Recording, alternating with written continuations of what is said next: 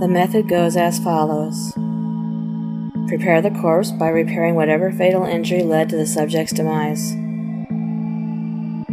Keep the body stored in a dry environment of temperature ranging from 36.12 to 37.8 degrees Celsius. Restrain the subject as necessary for the act of resuscitation. Isolate the subject's DNA pattern and acquire an adequate supply of stem cell from another member of the subject's species. Preferably, these cells ought to be harvested from the child-parent relation or other near relative. Create a solution of formaldehyde and... Why the hell are you writing this? The deep voice purrs from its feline frame. You've tried this technique already. It failed. I glare. You're alive, aren't you? I growl with impatience, ignoring the small creature to continue with my work. But I am not what you meant to bring back. Mephistopheles croons from the cat's mouth, his perfectly human voice reaching a depth the house cat's vocal cords could never naturally reach. I glance at Mephistopheles' body. All hair has fallen off the animal's skin, an unanticipated side effect of the procedure. A nasty bruising scar decorates its face where I had accidentally struck it with my car nearly 2 weeks ago. Faint guilt wells up in my gut as I look over the profane being, who I had buried secretly in my backyard, whom I had raised again to test my theory, whose owner has plastered posters of his face on every telephone post in town, bearing the simple caption, "Lost Pet." I made a mistake, I replied to the demon's taunting. I can make it work. What are you going to reanimate next? Dearest friend? A squirrel? Maybe even a pigeon? Do you have any clue that error you've made in your calculations? Stop talking. I shake my head. I swear to God, I'll muzzle you. The fact that my words bother you prove that you grasp their validity. Mephistopheles continues as he stretches his hairless body out in the cellar's faint light. You've studied the biology and chemistry again and again and again. But that was never your mistake. I think you know deep down. I keep my eyes down on my work, not wanting to reply to the creature's mocking. Why do you keep me alive? The voice asks from the cat's puny maw. At first, you told yourself it was an interest of science, that you needed to behold how my life would develop. But from the first time I spoke, you never looked at me with anything but contempt. I could see it clear as day in your eyes. You wanted to destroy me. You know why? Because I prove that your grand experiment failed, and even if you perform it on whom you truly wish to bring back, she would not return with a proper soul. I grit my teeth. So why do you keep me alive? Mephistopheles' charismatic voice dances happily along. Well, I'll tell you. It's because I have what you seek. Can't you just leave me in peace? I plead with exhaustion. I inhabit a catch. You could throw me into the ocean and break my neck with hardly an ounce of effort spent. exist because you summoned me forth, and I continue to exist because you allow it. I can give you what you want. And how would you do that? I snap, my voice crackling lightly. The cat stalks towards my spot at the desk, climbs gingerly over a half-collapsed pile of papers that run harmlessly over a discarded pair of gloves, which I had bought to handle sensitive chemicals. Several beakers holding fluids of differing colors sit behind the papers on the far side of the desk. Beneath the brick wall, upon which hang a few technical diagrams I had taped up during my research. Below the diagrams, a mound of obscure books loiters with yellowing pages, molding in the damp basement air. I can bring her back, Mephistopheles tells me with the utmost sincerity, although the cat's face remains impossible to read. At what cost? I ask grimly. No cost. I will bring her back for no reason other than you desire it. You're lying. I shake my head. Nothing in this life is for free. What you seek is not in this life. The demon counters. It's not possible. I shake my head weakly. Without giving anything up, how can I expect to earn her back? Everything must be earned somehow.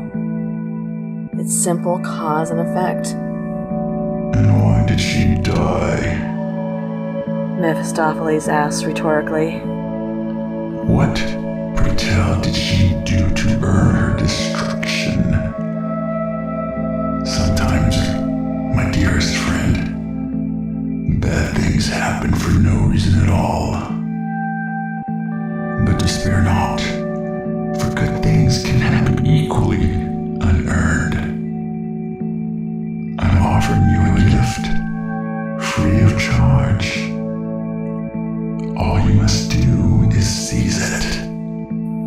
How? I moan, my desperation breaking through my distrust of the demon.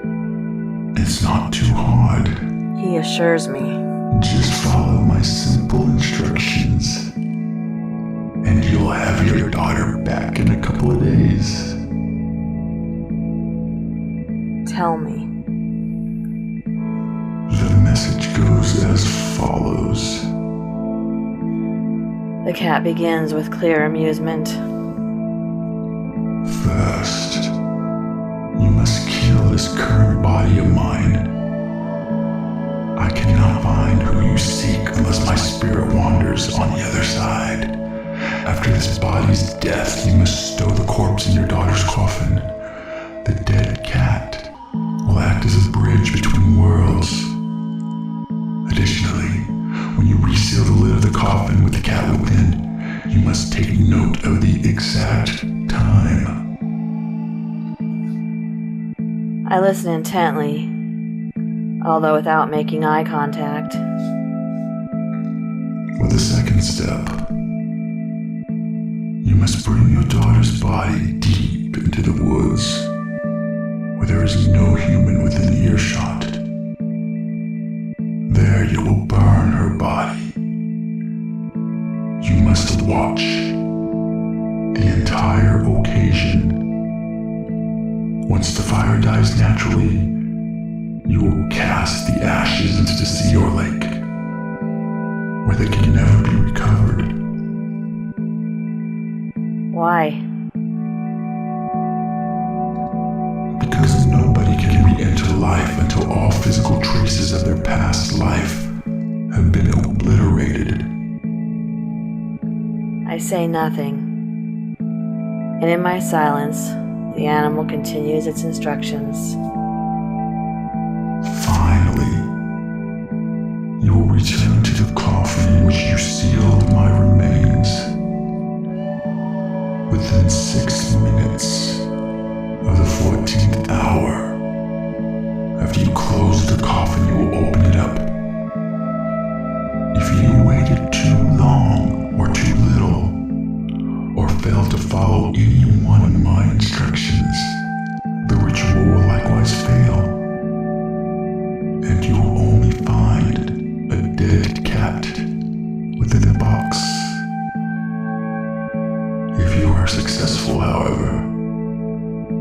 Your daughter will be alive and well in the coffin, just as she was the morning of her death. That's it? That's it. The demon nods. And I must defile my own child's grave? Oh, come now.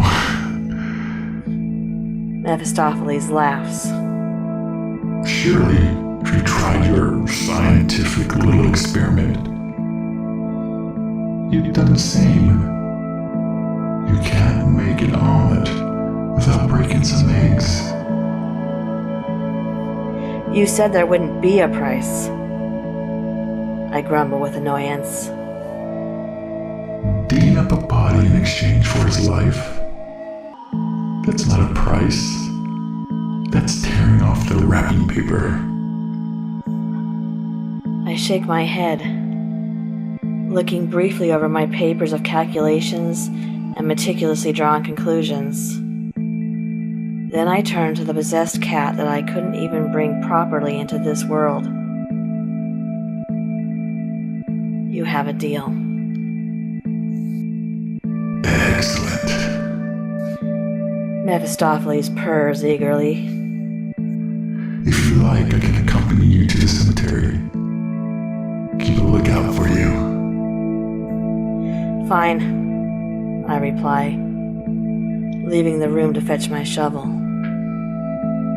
All along the way, the cat follows at my heel, a clear spring in its step. The trip to the cemetery goes by without notable disturbance, although with my nerves, the short drive down the graveyard's road seems to last days on its own. In the back, my shovel lays idly on the seat while the car cruises past the church and parks next to the green lot filled with tombstones. Mephistopheles sits on the passenger side, curiously watching the outside world. The cat exits the car as I do and meanders around the grounds as I collect the shovel from the back. After a short, fidgety walk to the grave, I stab the spade into the soft earth just as Mephistopheles hops up onto the granite slab. While the cat watches for intruders from his perch on the tombstone, I begin digging up the coffin. Put your back into it. He taunts. I don't want to be here all night. Shut up! I bark in a hush, between strained breaths. Sweat runs down my brow as I toss shovelful after shovelful of dirt out of the hole. The task quickly wears through the night until the earliest of dawn peeks up over the trees. It's heavy! I groan as I pull up the sealed coffin, not as reverent of the events as I had expected. Exhaustion does funny things to people. With the casket out of the grave, I work to refill the hole. To erase the absence left by the removed coffin, I take several scoops from the ditch alongside the church's road. The process takes another unbearably long span of time, and with every passing minute my demeanor breaks down more and more. I barely manage to keep it together, even at the end, as I carefully place the uprooted grass back in place to cover up any evidence of what happened. Get into the car. The cat commands as it takes off at a trot. Surely somebody will be coming soon. After dragging the heavy box to my car, I manage to heave it into the back. Good thing your daughter died young and light. Mephistopheles quips as I collapse into the driver's seat and look around one last time for witnesses. You're all good. Mephistopheles assures me. Just drive. Without further prompting, I steer the car back home. The shovel now sits on top the ornate box, where it shakes with every bump in the road. Again, the cat just watches the scenery idly roll by. Back at the house, I park the car in the garage and shut the door. Once concealed, I pull the coffin out onto the concrete floor. My heart threatens to pound through my chest as I run my hand over the face of the casket. You might want to rest before the next step. The cat cautions. No more waiting. With that, I lean forward to the casket. With a deep breath, I run my fingers under the lid, feeling the latch that will open the sealed box. For just a moment, I remember shutting it, where I stood in the funeral home with my face cast down to the cheap carpeting at my feet. Choking back tears, I unfasten the hatch, and the coffin flips open. I nearly pass out from the stench. "Dear God," I gasp, tearing my eyes away from the casket's contents. Be strong. The feline comforts me lightly. It will be over soon. Trying to keep my eyes away from her, I lift her from the casket to set her onto the garage floor. Her body feels unnaturally rigid to the touch, as though it's dried into a husk. A tremble runs through my hands, and I feel lightheaded as I place her onto the concrete below. So far, so good. Mephistopheles says quietly. The hardest part is nearly done. Now place me into the box. After taking a moment to compose myself, I follow the cat's instructions and place it in the center of her open coffin. You know what comes next? The demon asks. I kill you, I reply. I bring my daughter out into the woods to destroy her corpse, and I return to this open box in 14 hours. If all goes well, we'll not meet again. He nods. I guess, I say quietly. Thank you. I mean it. The cat doesn't reply, watching me intently.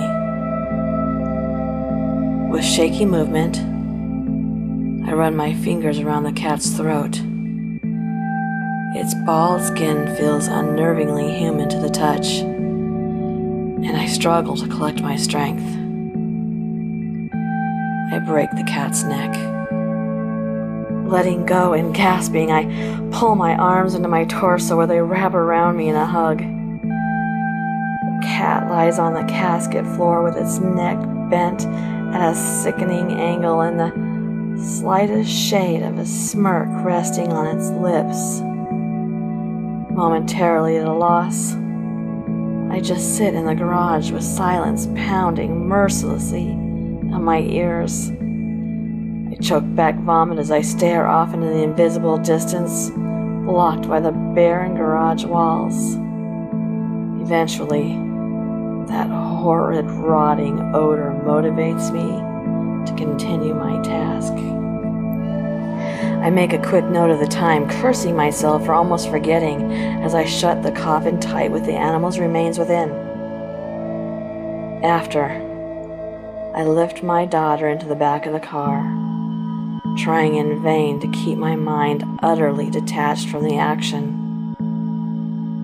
Whether to preserve her dignity or to save my own skin, I cover up her remains with an old jacket from the house. Finally, I set a tank of gasoline I keep for my lawnmower in the trunk. With all that done, I open the garage door and climb back into the driver's seat. Whatever it takes, I say quietly to myself as I take the car out of the garage and down the familiar neighborhood street. A pedestrian a few houses down politely gives me a wave, which I return with a faint grimace. For a moment, I consider rolling down the windows to try and help with the smell, but stop myself out of fear of attracting attention with the stench. Turning my own attention back to my drive, I try to focus on keeping to the back roads.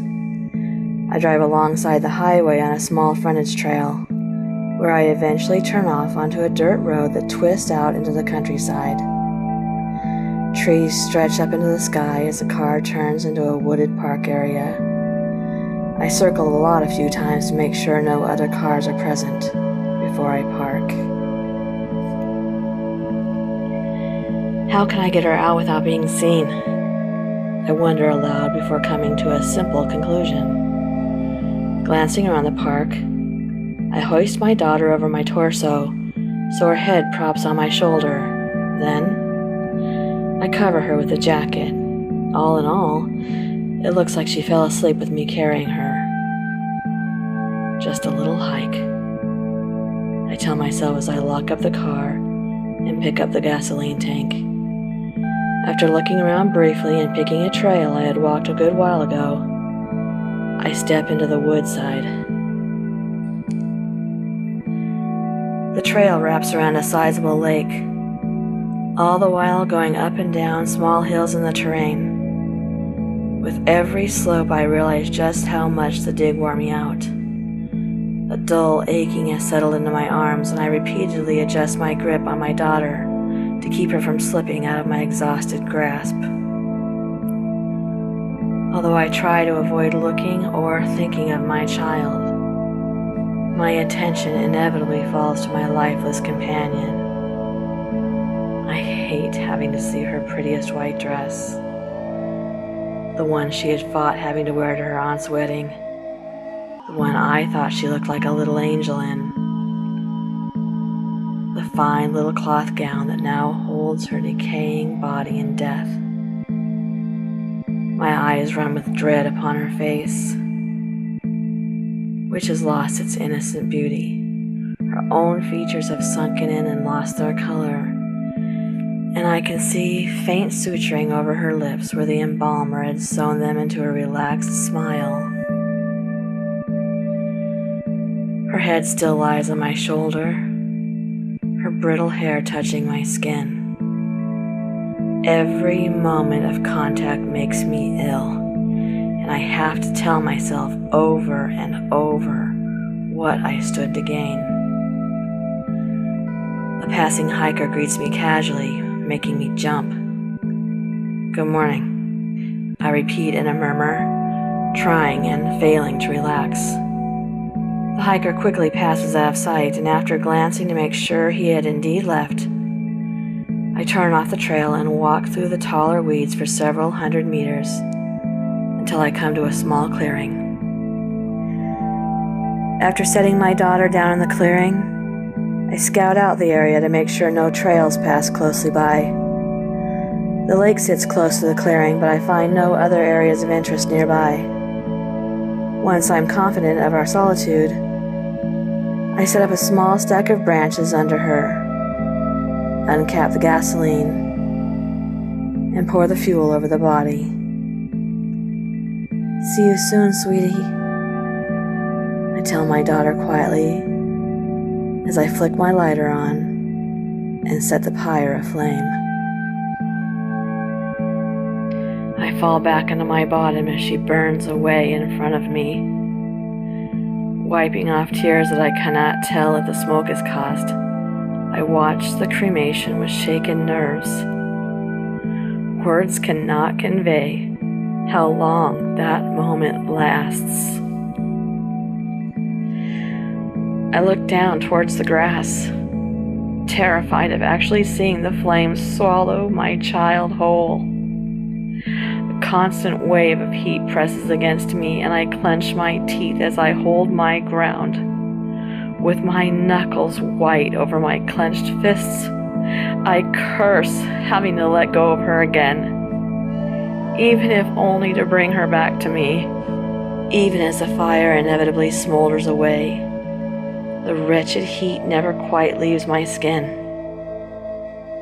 I finally raise my vision to the sight, seeing only a mound of red glowing ash and embers before me.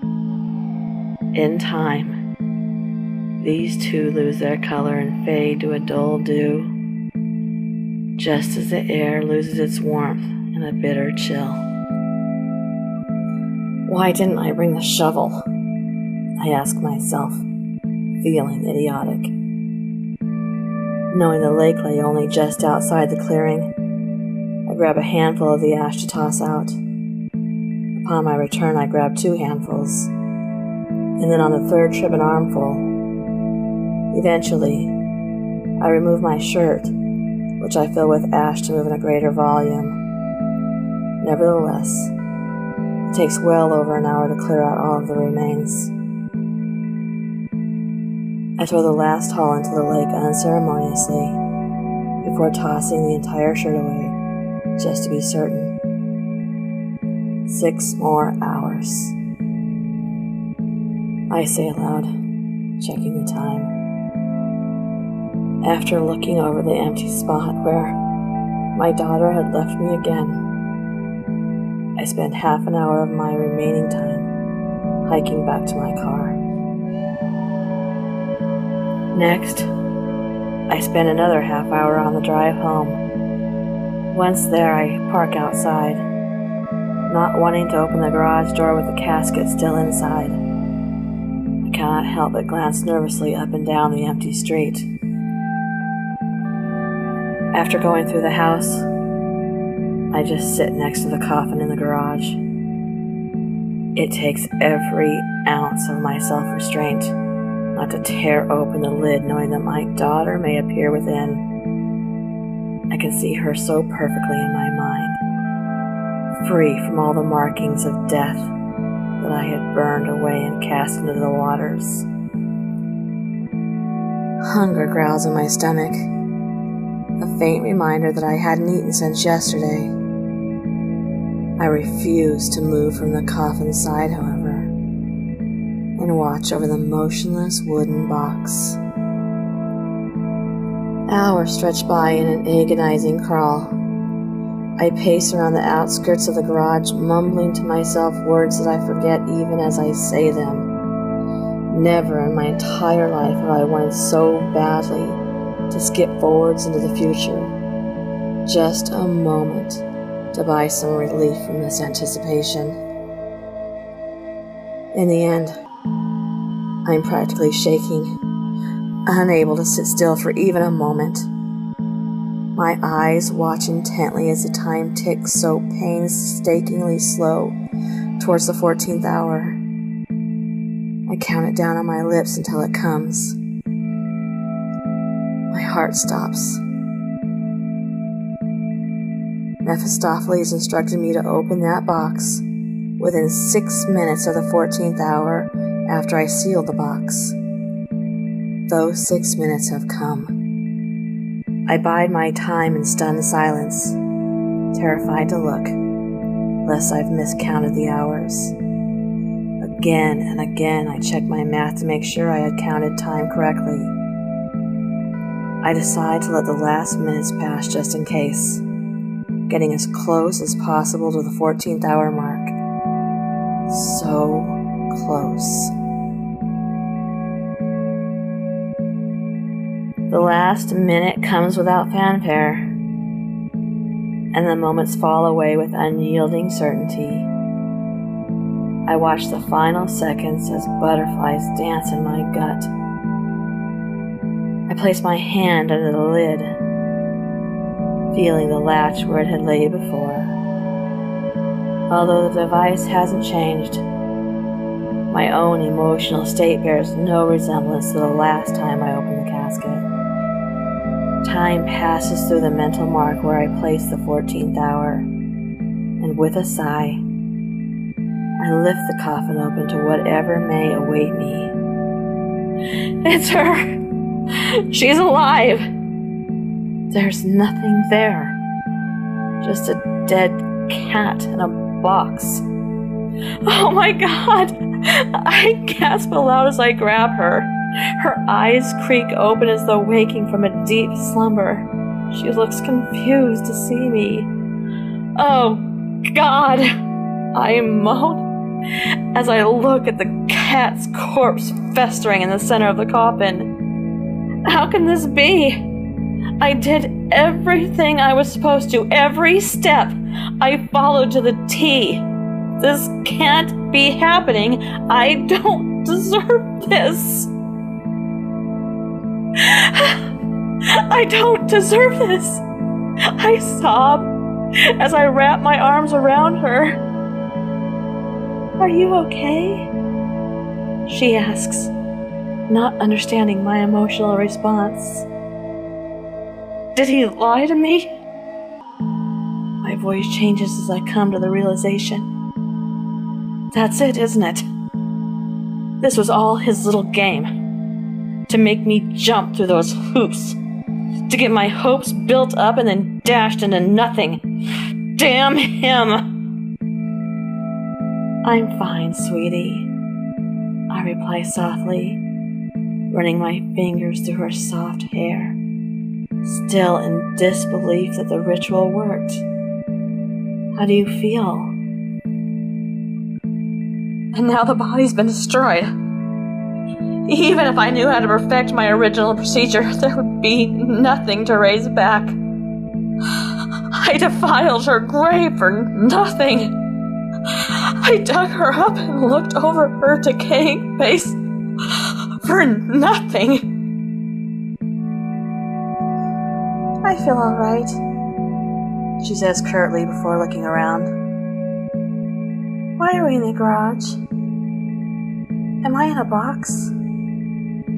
We were playing a game, I lie quickly. Come on. Are you hungry? I could get you something to eat. How do pancakes sound? I'm starving. Damn it! I scream, kicking the coffin over. I feel kind of strange, she says, just before we leave the garage. How so? I ask with concern. I think I had a bad dream, she replied. It's like I can remember another life. My own. It was the same, but different. I don't know. The cat's ruined body sits on the garage floor near the base of the knocked-over casket. I stomp it into mush, relishing the sound as the bones crack beneath my foot. Splatter runs up my leg as I drive my heel into its tiny skull. None of it was real, I say reassuringly as I lift her into the house. None of this is real. It can't be.